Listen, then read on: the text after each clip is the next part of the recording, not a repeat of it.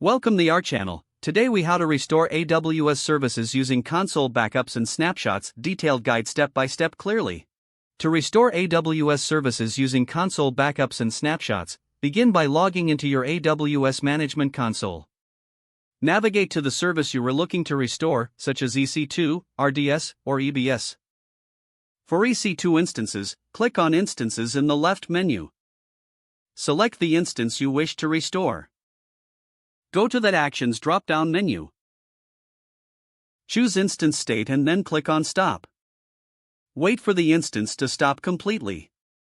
Once stopped, go to that Actions drop-down again. Select Create Image to make a new AMI from the current state. Fill in the necessary details and click on Create Image.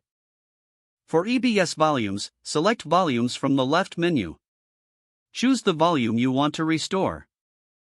Click on Actions and select Create Snapshot.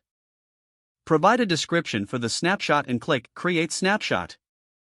To restore an RDS instance, navigate to the RDS dashboard. Select the instance you want to restore. In the Actions dropdown, click Restore to point in time. Choose the specific snapshot or time you want to restore from. Follow the prompts to configure the new instance settings. Click Restore DB Instance to initiate the restoration process. For S3 buckets, identify the necessary bucket containing your data. Select the objects you wish to restore. Click on Actions and choose Restore from Archive. Specify the duration and click Restore. Monitor the progress of your restoration tasks in the respective services console. Finally, verify that the services have been restored correctly by accessing them through their respective interfaces.